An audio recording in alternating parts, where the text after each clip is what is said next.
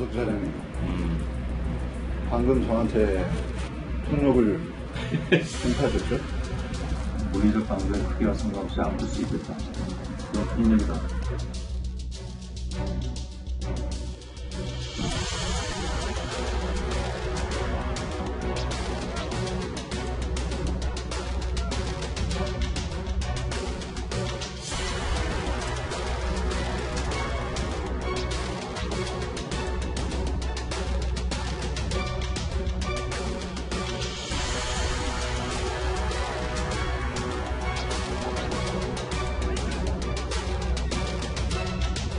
자리에 연연하지 않습니다.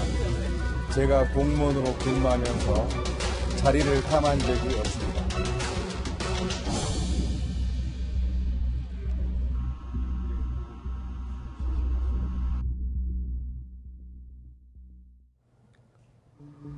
지난 1월 24일 JTBC 대표이사 손석희 씨가 프리랜서 기자를 폭행해 경찰에 신고됐다는 소식이 전해졌죠. 폭행의 진실 공방은 폭행 자체를 넘어서서 취업 청탁 논란까지로 이어졌습니다. 그로부터 넉 달이 지난 지금 경찰은 손석희 대표의 폭행 혐의는 인정을 했지만 프리랜서 기자에게 용역을 제안해 회사에 손해를 끼치게 한 혐의, 즉 배임 혐의에 대해서는 적용하지 않았습니다. 그리고 이 시점에 다시 검찰이 나섰습니다. 선배님, 저 오늘 폭행하셨죠? 야, 그런 얘기 하지 말고. 사장님, 웃음 나옵니까? 웃고 싶어서 웃냐? 어? 웃고 싶어서 웃어? 아무튼 같이 가지 않게. 자, 이현종 의원님. 네. 아니 갑자기 이 사건에 검찰이 나섰다고요? 수사 지휘를 했습니까? 그렇죠. 지금 전날 사건을 보면 이제 전치 3주에 이제 폭행을 했다라는 혐의로 이제 기소가 이제 경찰 수사를 받았고요. 또 배임 혐의가 있습니다. 배임 혐의라는 건 뭐냐면 이제 회사에 손해를 입힌 것이거든요. 자신의 네. 문제로 해서. 근데 이제 배임 같은 경우는 이제 배임 미수도 이제 사실은 혐의가 되는데. 네. 문제는 이제 경찰 단계에서 이제 조사를 하다 보니까 폭행은 이제 혐의가 있다고 해서 이제 그 기소로 이제 의견을 올렸어요. 근데 네. 배임 혐의에 대해서는 이제 무혐의로 해서 올렸습니다. 근데 경찰에서는? 항상 경찰 수사 단계에서 보면 검찰이 수사 지휘를 하게 돼 있거든요. 네. 근데 경찰에서 볼 때는 이거는 조금 법률 적용을 잘못한 것, 수사를 제대로 못한 것 네. 같다라고 해서 경찰에서 다시 수사를 하고 지금 넘긴 겁니다. 네. 어떻게 보면 그게 원래 절차 아닙니까? 경찰의 수사가 좀 부족하다라고 하면은 검찰이 좀 지시해서 다시 수사하라. 이거는 통상적으로 있을 수 있는 일인 것 같기도 한데 그 얘기 잠시 뒤에 해보도록 하고요. 이 손석희 대표의 뺑소니 사건을 취재하던 김웅 프리랜서 기자와 손석희 대표 사이에서 갈등이 불거지기 시작한 것은요. 사실 이 문제의 채용 청탁 때문이었죠. 김웅 씨한테도 도움이 되고 회사에도 도움이 돼야 다른 얘기가 안 나옵니다. 다른 기획사 중에서 서로 의견을 맞춰서 할 수 있는 일이 있으면 영역을 조사 해결하자. 그리고 다른 영역관계를 맺어가지고 노동력을 제공하고 그에 따른 영역관계를 계속 이어갈 수 있다면 서로 다 나쁜 일은 아니잖아요. 그죠? 구장처장, 네. 사실 이 사건의 논란은 뭐 여러 가지 다른 논란도 많았지만 그래도 핵심은 이 배임죄의 적용 여부거든요. 실제로 채용 청탁의 사실이 오고 갔느냐 이 부분이잖아요. 그렇습니다.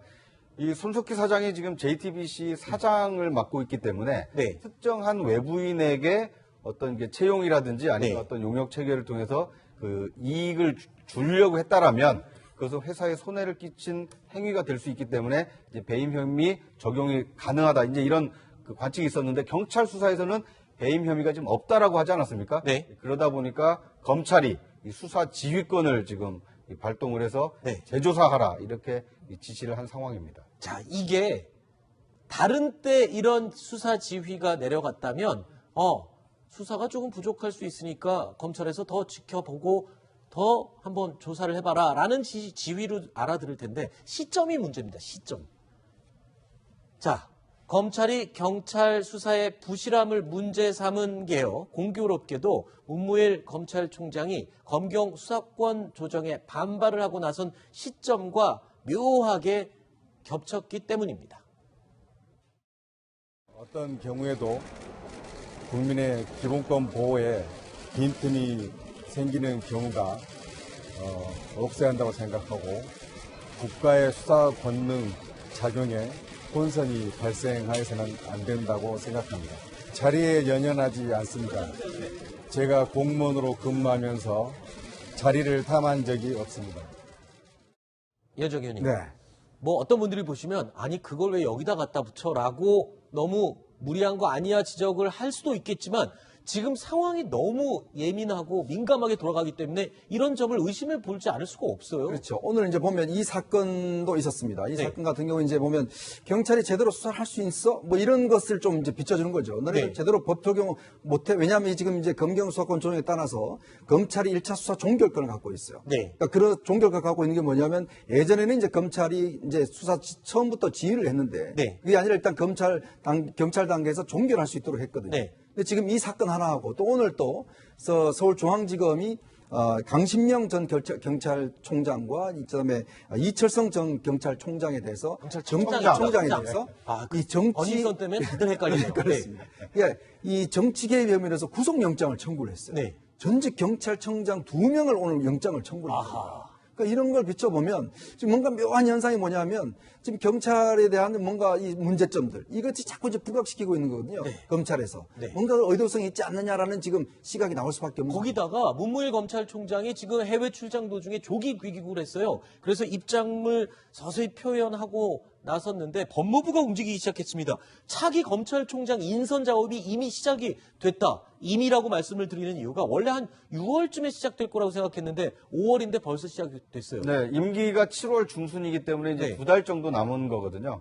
그러니까 이제 보통의 경우에는 이 전임 이 검찰총장의 경우에는 약 50일 전쯤에 이 검찰총장 후보추천위원회가 구성이 돼서 이 후임자에 대한 인선 작업이 시작이 됐는데 지금 문무일 총장의 경우에는 약 75일 정도 남았는데 네. 약 한 달 가까이 먼저 시작되다 보니까 그 조기에 이 현재 이 검찰총장을 맡고 있는 문무일 총장을 좀 힘 빼기에 나선 거 아니냐 이런 관측이 나오고 있습니다. 네.